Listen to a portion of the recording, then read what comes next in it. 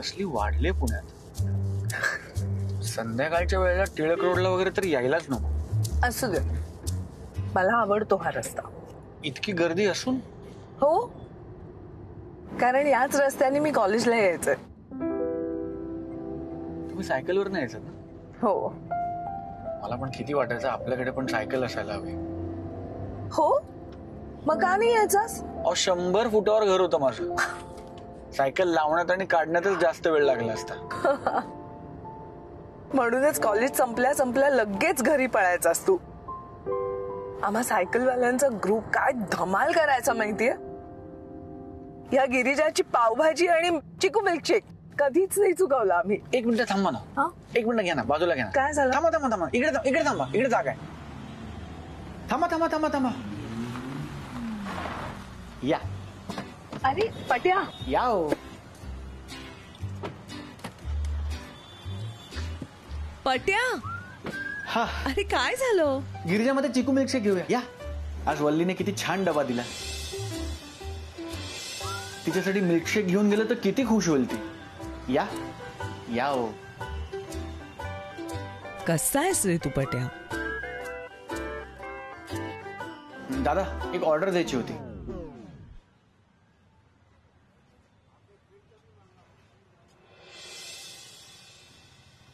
एक चिकू घे, 3 सीताफळ घे, बर्फ नको, साखर भरपूर. Okay sir. माझं ठरतच नाहीये. तुम्ही बघता का? मी जरा पटकन आलो एक फोन करून. मंडळींना सांगायचं वाटतं. सखी, मी तुझ्यासाठी मिल्कशेक घेऊन येतोय. माझ्यासाठी जेवायची थांब, मी येऊन घास भरवतो.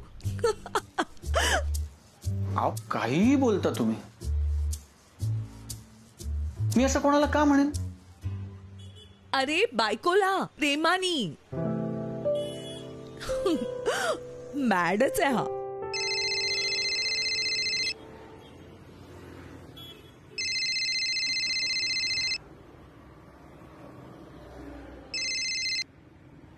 हॅलो. हा सचू, झालं वल्लीशी बोलणं?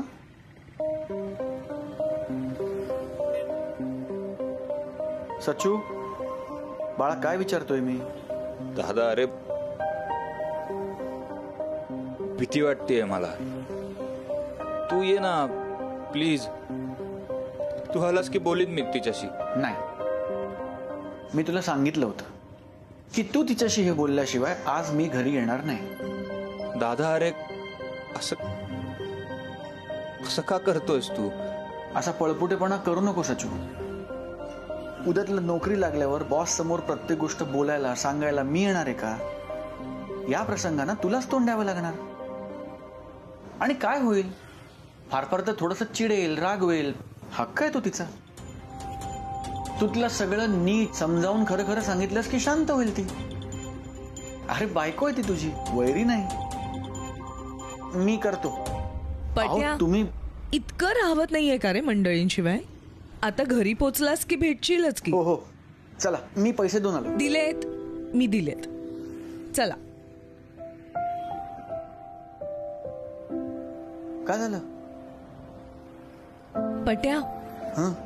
राधा,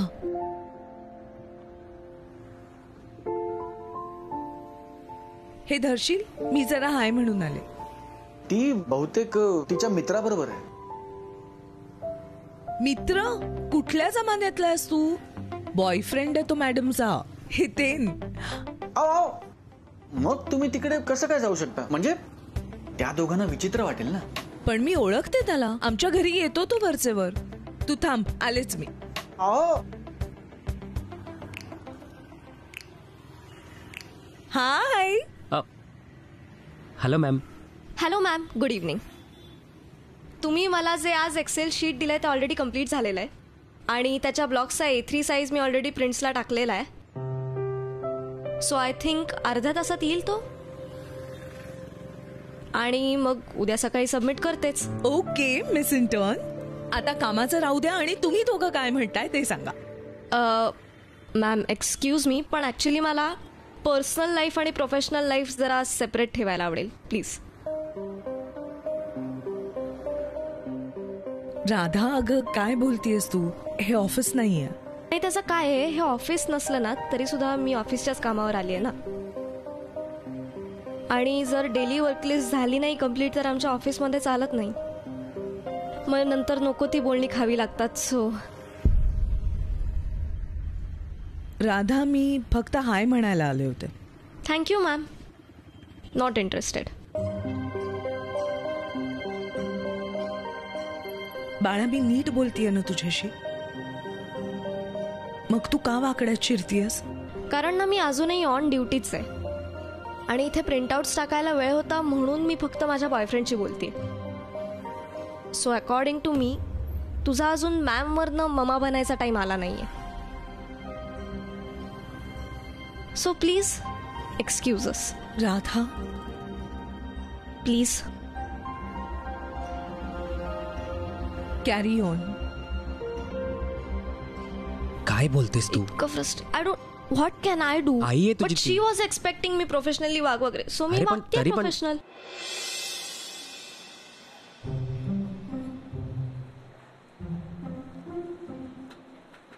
अप्पा, अरे साजू तुपाचा शिरा तुमच्यासाठी.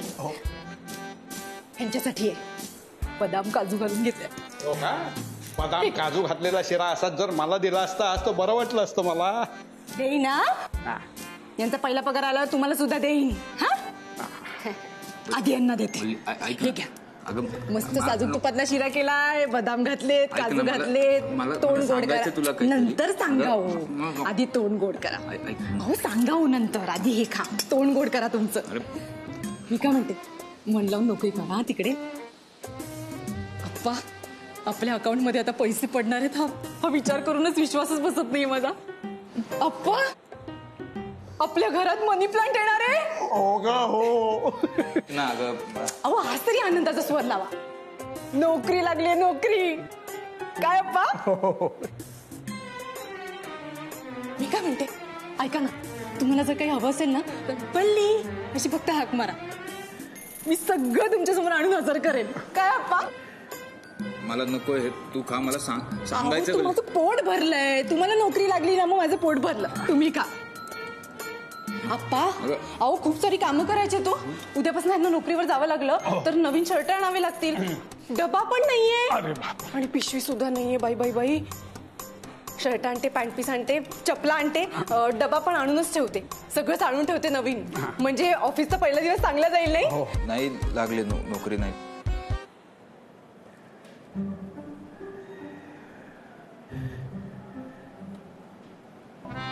बोलले थांब एक मिनिट. जावई बापू, काय म्हणालात आत्ता तुम्ही? बोला. नाही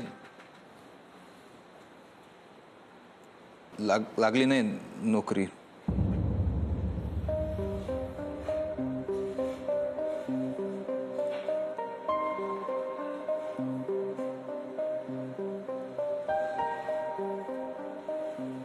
काय काय नोकरी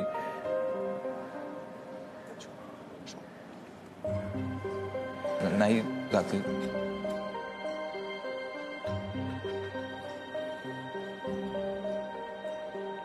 अगं माझी खरंच काय चूक. शब्दही बोलू नकोस. तुझी चूक नाहीच आहे रे. कारण चूक करायला आयुष्यात चुका तरी करायला लागतात. तेही जमलं नाहीये तुला. नाही, माझीच चूक झाली अप्पा. या बुळ्या माणसाशी लग्न करून माझीच आयुष्यात सगळ्यात मोठी चूक केली. मीच सगळ्यात मोठी चूक केली आहे. यांनी काहीच चूक केली नाहीये. मीच केली सगळी चूक. ते फ्रॉड निघाले ग. मी काय जावई बापू, फ्रॉड तर तुम्ही निघालात जावई बापू. पेढ्यांचे 101 रुपये हडपलेत आणि आता वर तोंड गोड करताय. एखाद्यानं किती निलाजरं असावं याचं मूर्तिमंत उदाहरण तुम्ही आहात. नाही मी देणारच होतो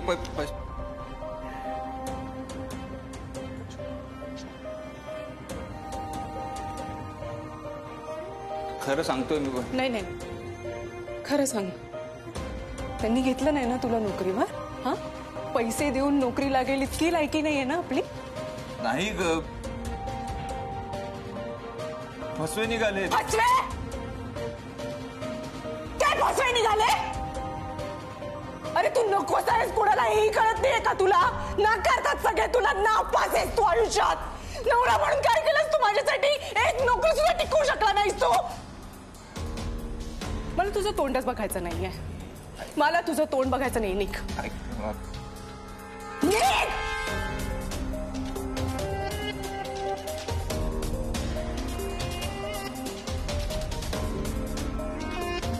अगं ऐकून तरी घे ना, मी खरं सांगतो. तू दादाला विचार.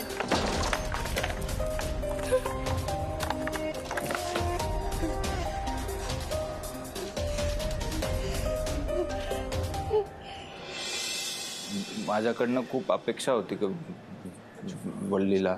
सच्चू, मी तुमचं बोलणं ऐकलंय.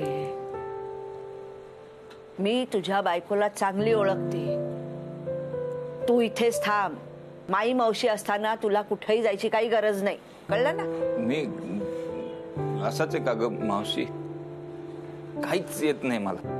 अरे सज्जू, भल्या भल्या कर्तृत्ववान लोकांच्या पाठीशी सुद्धा कोणी ना कोणी उभं असतं. तू काही दुबळा ढ वगैरे नाहीये. तुला पाठिंब्याची गरज आहे आणि हेच तर तुझ्या बायकोला कळत नाही ना. आई असती तर असं नसतं झालं ना मावशी.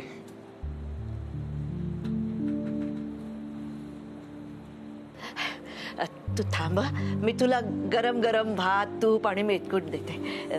भूक लागली असेल ना तुला? हा नाही नको अगं, वल्लीने पण काय खाल्लेलं नाही. ती तुझ्यासाठी उपाशी राहणाऱ्यातली नाहीये. तू 2 घास खाऊन घे बस.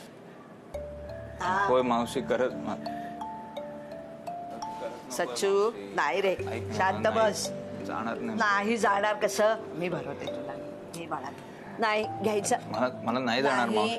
घे घे 2. मावशी आलो ग. तू अरे तू इकडे काय करतोयस? बोललास वल्ली?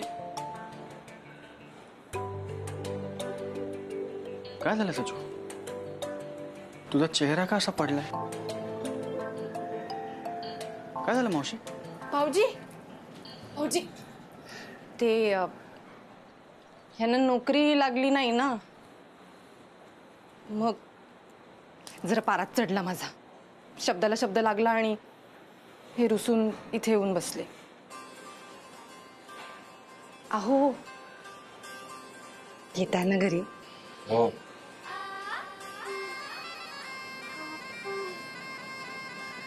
माई मावशी, तुम्ही 2 घास खायला घातलत ना यांना, बरं केलं. तसंही जेवले नव्हते आणि ह्यांनी माझं ऐकलंही नसतं. बघितलंस, वल्लीला आत्ताही काळजी आहे तुझ्या भुकेची. मी तुला म्हणालो होतो ना, वल्ली तुला नक्की समजून घे. खाऊन घे. मी हातपाय धुवून येतो. मावशी आलो ग. चला.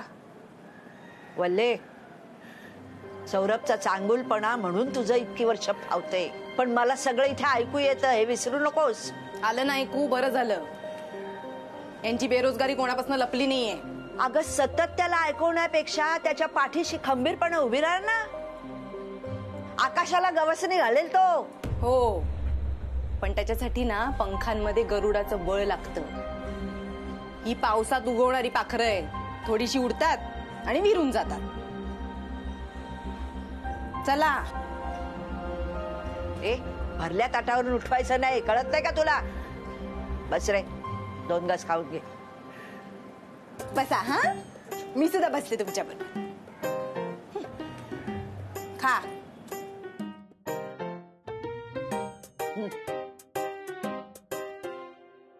वल्ली, वल्ली ऐक ना. काय? थँक्यू.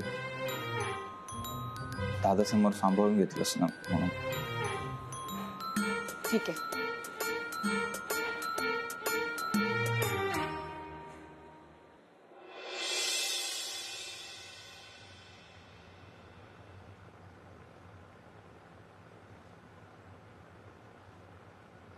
अनु, कधी आलीस कळलं सुद्धा नाही.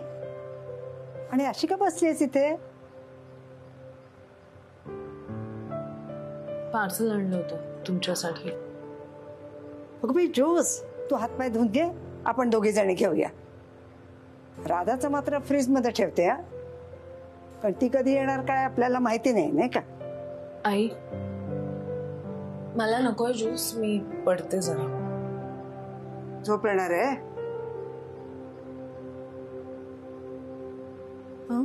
मी विचारते, झोप लागणार आहे का?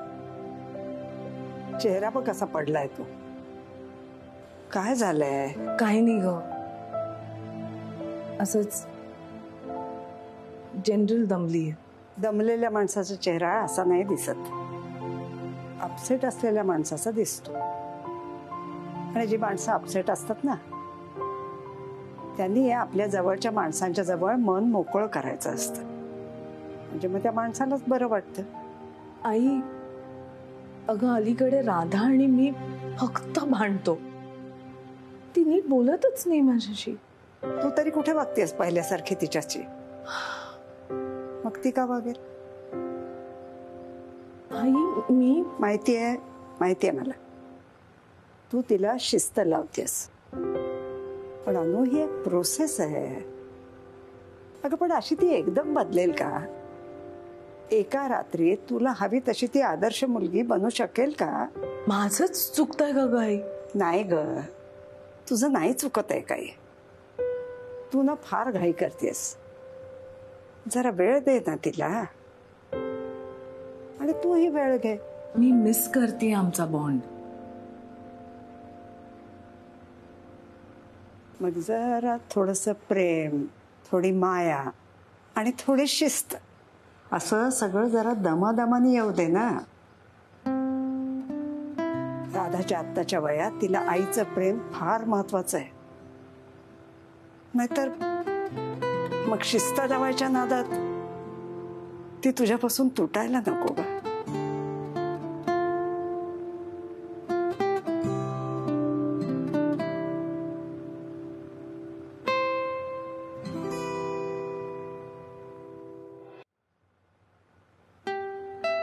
मॅम एक्सक्यूज मी, पण ॲक्च्युली मला पर्सनल लाईफ आणि प्रोफेशनल लाईफ जरा सेपरेट ठेवायला आवडेल.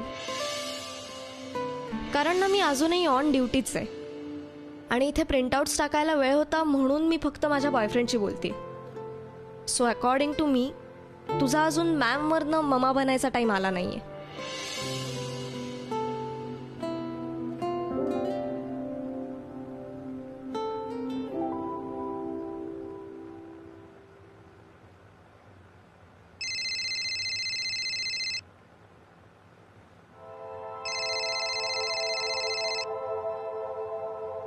हॅलो, बोल. कशा? पट्या, हे विचारायला फोन केलास? हो, कशा आहात असं विचारायचं नसतं का? असं नाहीये, बोल.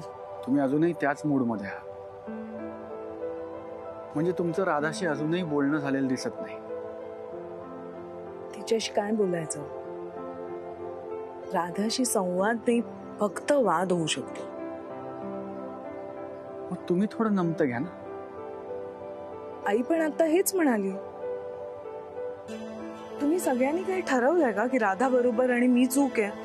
नाही, पण राधा लहान आणि तुम्ही मोठ्या हे तर मान्य आहे ना तुम्हाला? पट्या, आणि खरं आहे ना, तुम्ही सर्वार्थाने मोठाच आहात तिच्यापेक्षा.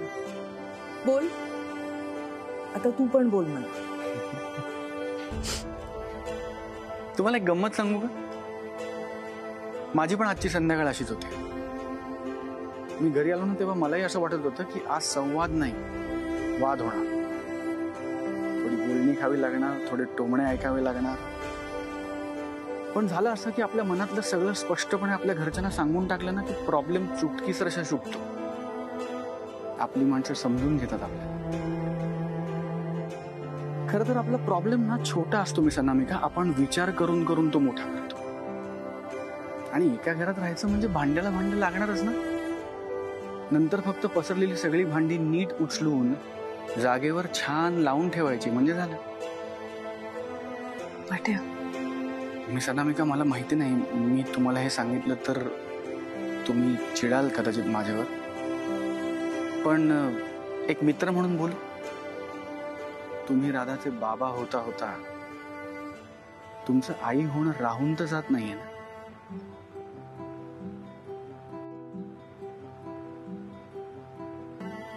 बघा, विचार करा. ठेवतो.